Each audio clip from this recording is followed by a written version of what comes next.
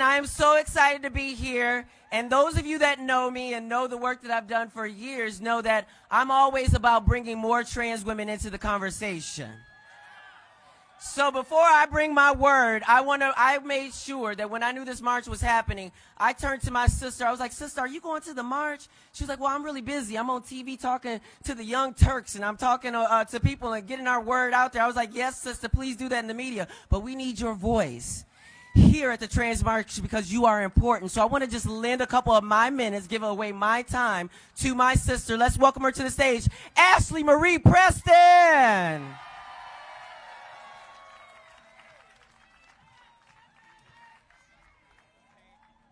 I'm going to keep this very short. For some of you who don't know me, I'm the auntie who doesn't always get invited to the family functions. Because I'm the auntie that's going to tell you when your chicken is soggy, your cornbread is stale, and your greens are bland. Because I'm the auntie that knows that we can't heal what we don't reveal. I'm the auntie that knows what Audre Lorde said to be true, that master's tools won't always dismantle master's house. I'm the auntie that know that I am the descendant of brick throwers.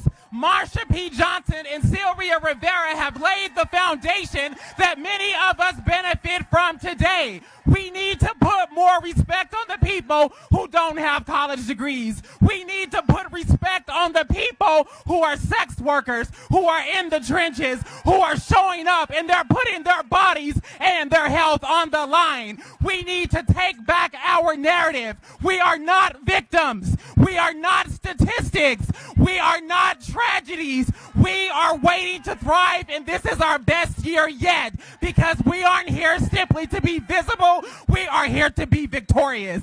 So when we move forward today, let us press forward with purpose, let us press forward with passion, and let us know that the fight has just begun. So if you are a girl that's hipped in with heels, I hope you brought flats, because we're here to get messy, we're here to get real, we're here to get honest, but more importantly, we are here to save lives. So give yourselves a round of applause.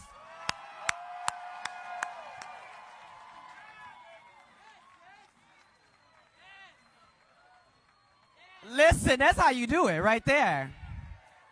And that's how we share the mic. You understand what I'm saying?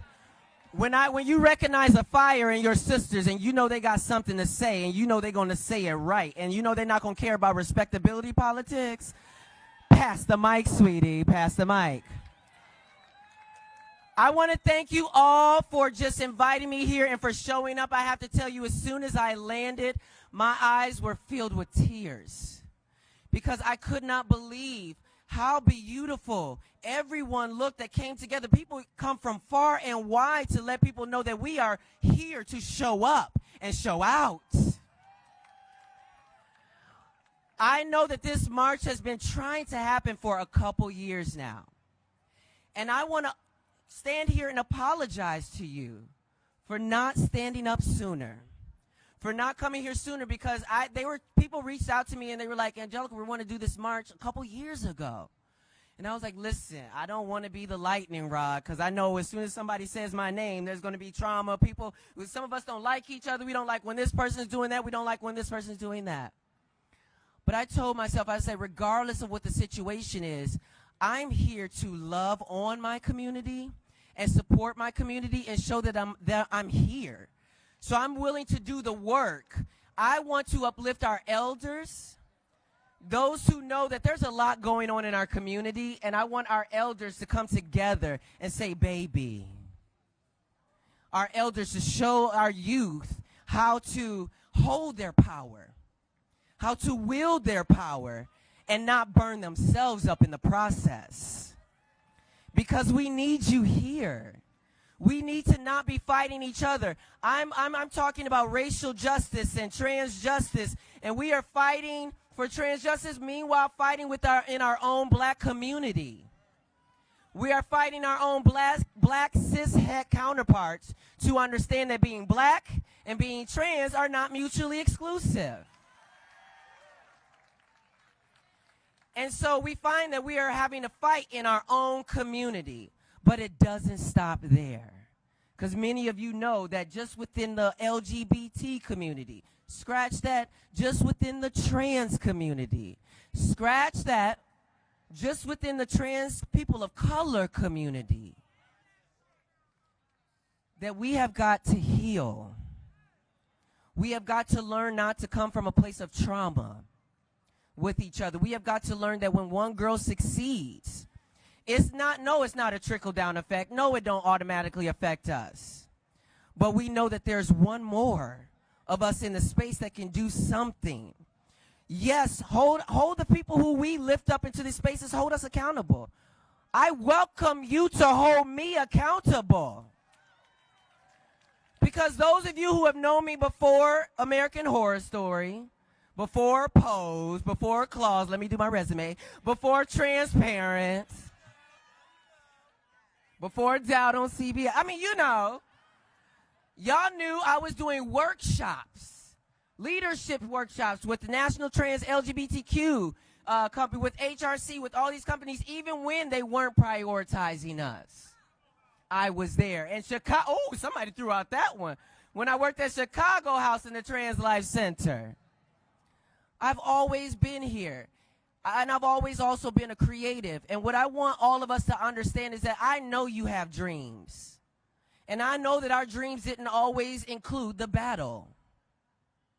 I want us to get to a time where we can put down our armor and return to our field of dreams.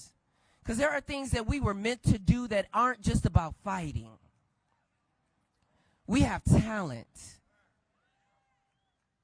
Some of us have spiritual talent and power. But I want you to focus on building that power and building that talent and know that you can do advocacy work from wherever you are.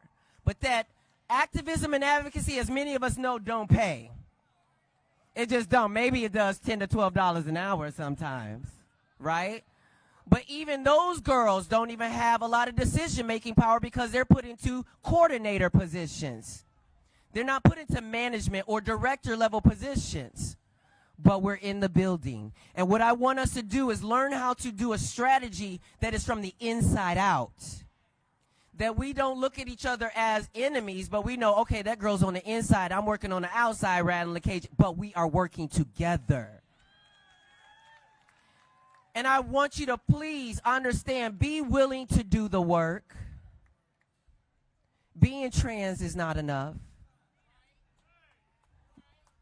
Listen, so many people, they want to say, listen, well, I got a story to tell too because I've been on the street. I said, hey, I did too. Let me remind you, I was sucking dick in the margins too.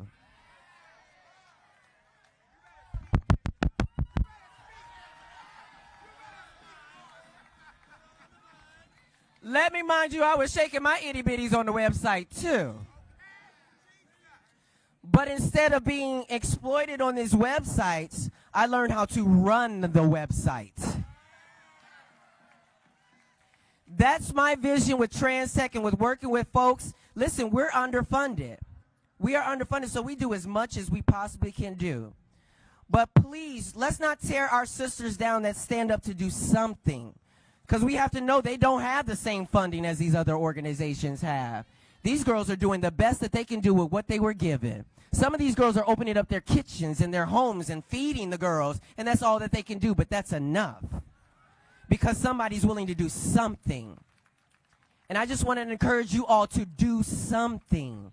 Don't just talk about it, be about it. I know that there's a fever pitch right now. When people see me on TV, there's a fever pitch. And girls are like, I want to be on TV now. I want to do this too, and I want to do this, and I want to affirm you that you can be anything that you want to be. But you're going to have to start somewhere.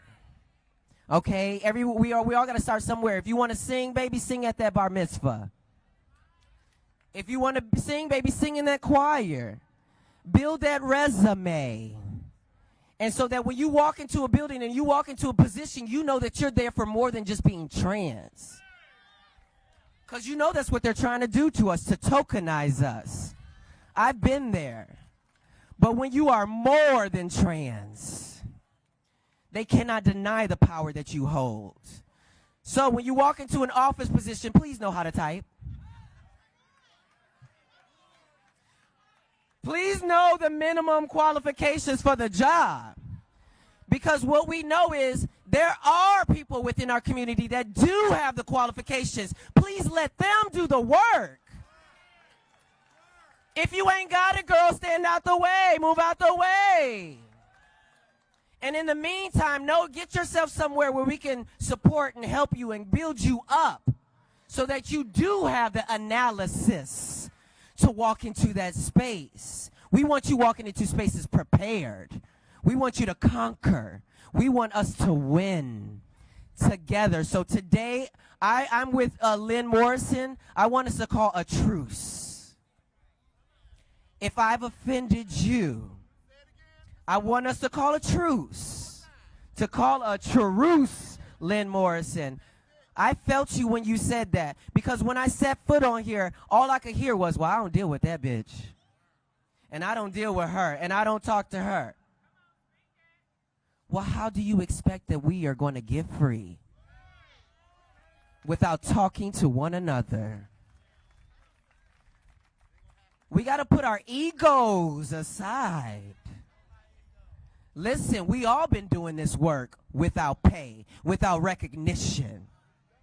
And then a couple of us have been tokenized for the pay, and then made to look like we got some kind of freedom, but let you know, they ain't got it either. But when you speak truth to power, whether you are paid to or not, that is the place to come from. I wanted people to know their power.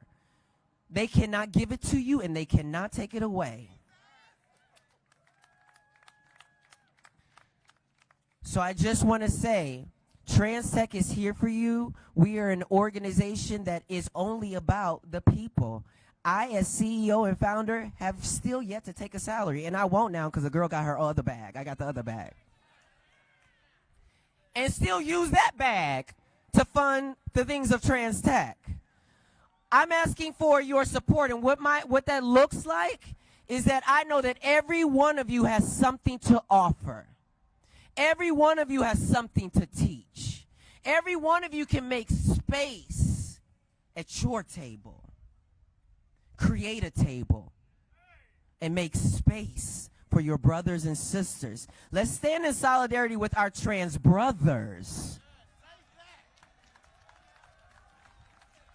Listen. I love my sisters Janet Mock. I love my sisters Laverne Cox. I love all my trans sisters out here doing it for the culture. But because we got a culture that's fixated on controlling women. So that's a lot of reason why they're fixated on controlling trans women and our narrative and giving us this spotlight and killing us in this spotlight.